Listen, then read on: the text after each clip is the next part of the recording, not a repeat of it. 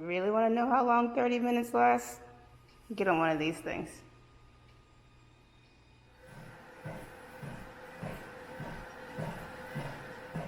Whoo, back in the house, y'all, after 45 minutes that felt like an hour and a half.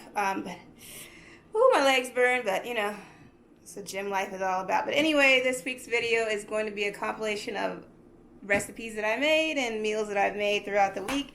So this is my first what I eat in a week. Hope you enjoy. I'm about to make some easy omelet cups. I have to chop this stuff up. I'm not gonna record that because I'm a real struggle cut. I have no knife skills at all. So, but let me show you. Here's what I'm going to be using to make these omelet cups. Of course, we're gonna put some spinach in them. I personally like it. You need some greens, some tomatoes, grape tomatoes. They're easier to cut for me. This is Hormel's sliced. I think it's applewood smoked turkey, something like that. My favorite one. Last bit of the cheese that I hadn't grated yet, the low moisture par skim cheese, some frozen green onions, and 6 eggs. I think that's all I need, so let me get started.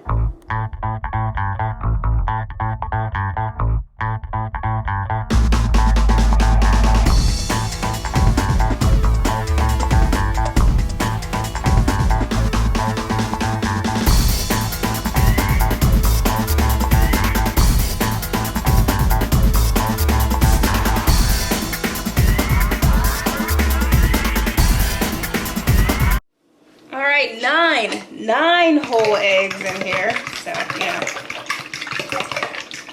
Usually I make a smaller bit, but I'm really trying to cover the entire week. These freeze well. I mean, they reheat well. They're very easy to store and carry. So it's kind of worth it. So if I make too many, oh well, I'll eat all of them. So then we just throw everything in there. It's a quick, easy, just like mindless recipe. I mean, I throw in my green onions. They're frozen, so that's why they look like that.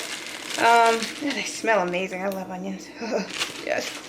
And then our spinach, which I think I cut up too much of, but oh well, spinach will shrink when you cook it. Let's do a little mix in there just to get all that down. This does not look like 9 eggs. I don't know if it's because I'm using this bigger bowl, but this just does not look like 9 eggs to me. But anyway.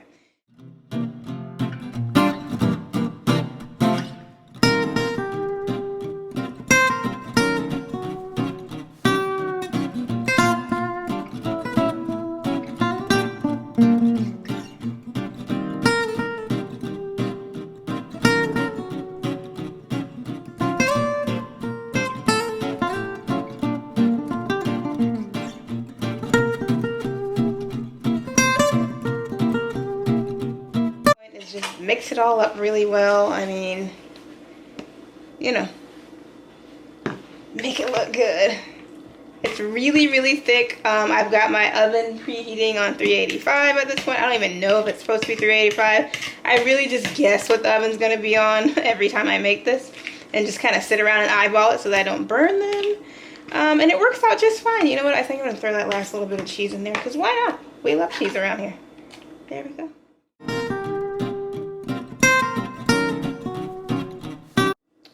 Alright, so at this point we're just going to spray down our muffin tin. Give it some nice moisture. So I don't want to have to like fight these to come out of here.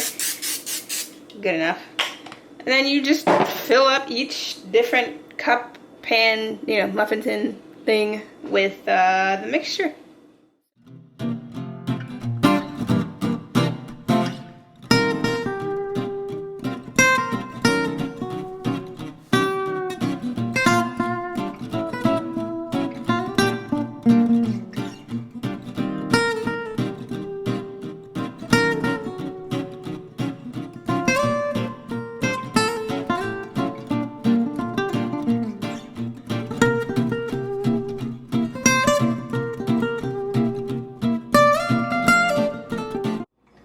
My freshly washed and clean chicken.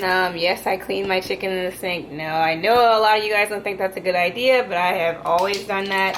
And then I very highly disinfect the sink with like bleach and Lysol when I'm done. So, I mean, and it has not caused me any problems yet in life, so I'm going to continue doing that.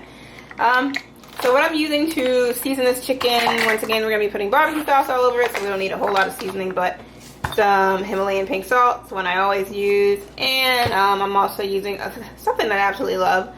Found it at the Dollar General. It's garlic pepper. It's really, really good. Garlic and pepper together. I don't know whether it's like bell pepper or not since it's red, but it tastes really good. It's great on chicken and fish and shrimp and whatever. So I use it on pretty much everything. So I'm going to just go ahead and throw that on.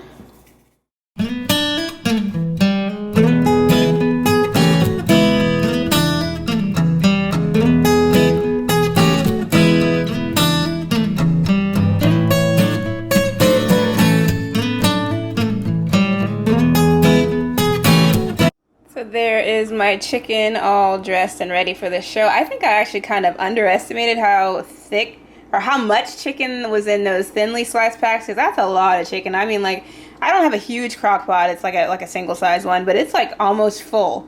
So I mean, I'll probably be eating chicken for like weeks, but I think I'm gonna take some of it to my mom and maybe my brother and sister-in-law, and, you know, heap some of it off on them because it'll take me forever to eat this. But I'm going to throw the lid on this thing and let it cook probably for about 4 or 5 hours before I shred it up and throw the barbecue sauce on.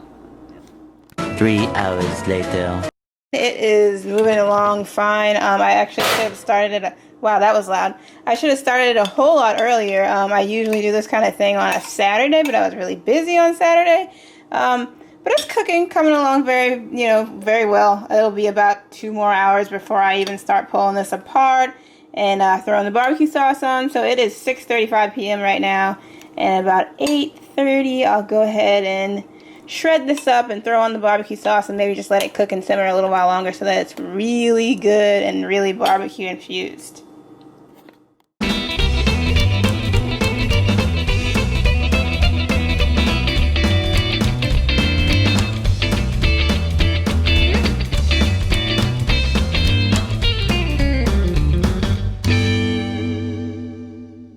Okay, so real quick before I forget, this is the barbecue sauce that I was referring to. It's by Ray's. It's no sugar added. Macro-wise, it's got no fat. It's got about 1 gram of sugar, 4 grams of carbs. That's really, you can't beat it. It's got 1 gram of fiber, so really it's 3 net carbs. So it's really just perfect for your kind of keto barbecue pulled chicken.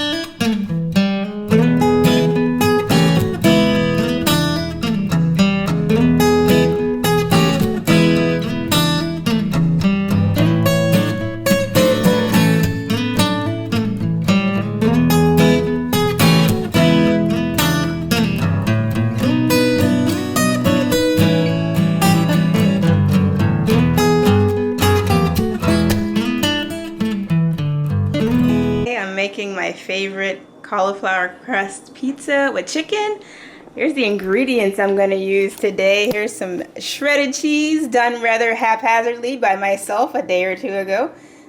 Some of the Aldi brand Kirkwood chicken, grilled chicken strips, the fajita type. Some spinach and some chopped tomatoes. And some store-bought diced onions, and key to a happy life, buy the chopped onions. Don't let anybody make you feel bad about that.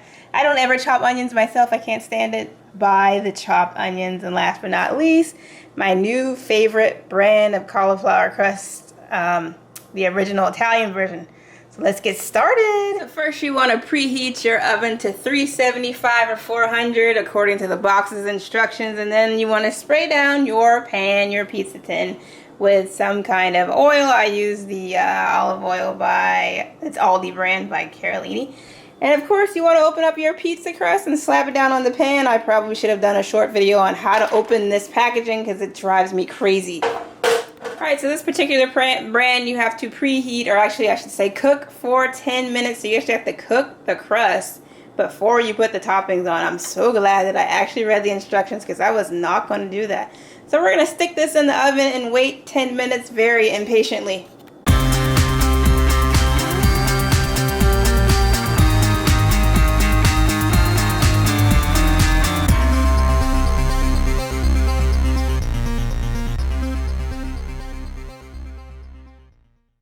Three, two, one. Happy New Year! Wait, no. That was last week. It's done. And so your crust has cooked for 10 minutes, and listen to that sizzle. Oh.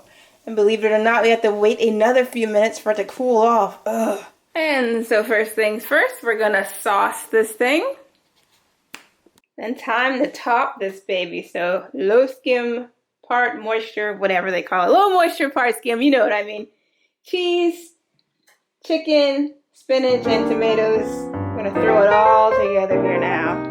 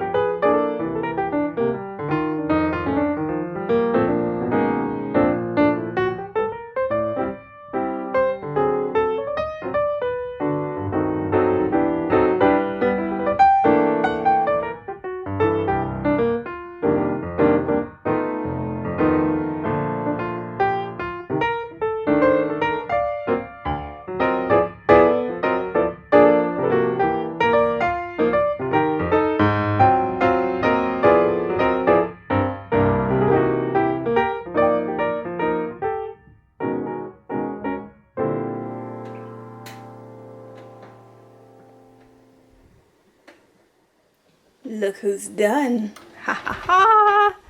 Just like that. Check this out, y'all. Oh my gosh, it smells so good. This smells better than a pizza ever should. That quick, y'all. Cauliflower crust pizza with chicken. Real cauliflower crust pizza with chicken.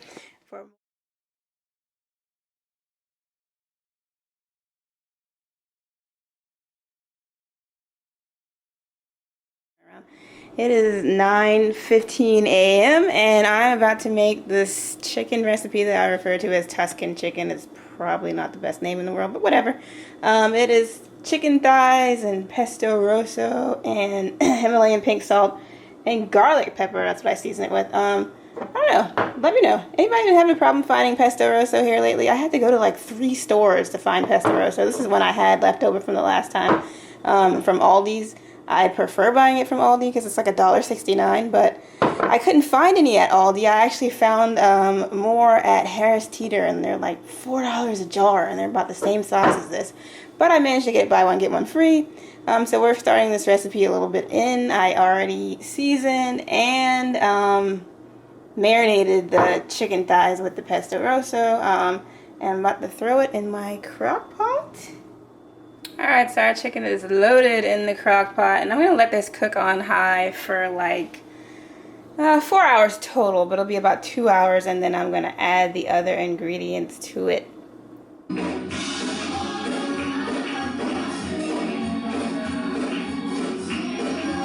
Later. Just walked back in the house, y'all. I've been gone at least 5 hours, and the crock pot has been on warm the entire time, and it smells so good in here. I'm not real trusting of a crock pot. I really don't like to leave the crock pot running when I'm not here, but I said whatever. I put it on warm and left it going, and y'all look at this beautiful sight. So I'm about to add the other 2 ingredients. Let me take my jacket and scarf off. Okay, so here are the additional ingredients. This is artichoke hearts. They're actually quartered and marinated this time. I've never had them marinated before, but it doesn't look too bad, so I'm going to try it. And you just strain these and dump in the artichoke hearts. I'm going to throw in maybe like a teaspoon of garlic. I've already got some garlic on the meat, but it's sat in the kind of oils that come off of the pesto, and it's probably kind of, you know, lost a lot of its garlic-like flavor. And the last thing is some spinach, and I'm going to maybe drop about another tablespoon or 2 of the pesto rosso in there because it's gotten a little bit watered down. And I'll show you what it looks like. Okay, so here they are. Here's my starting lineup. This is the artichoke hearts with all the juice and grease and stuff strained out. So I'm just going to throw those in like so. Most of this. That is not a lot of artichoke. Oh my gosh. I'll have to break that up a little bit, but it's not nearly as much as I thought it was going to be. And while I'm doing this, let me turn it back on. Maybe like high. And then I'm going to try and do this one-handed. I'm going to stick a little of the pesto rosso. Ooh, that's an interesting sound. in on top. I should have grabbed the spoon, but hey, this works. Who cares? As long as I don't drop it all over the counter. A bit more. Ooh, chunky. Alright, that's all we need is that. Tap it on there. Nice and loud for you. And then just a little bit of garlic. Once again, I should have grabbed a teaspoon, but we're not organized over here. That's all we need. There's already garlic in there. And then I'm going to throw in... That's how that's looking.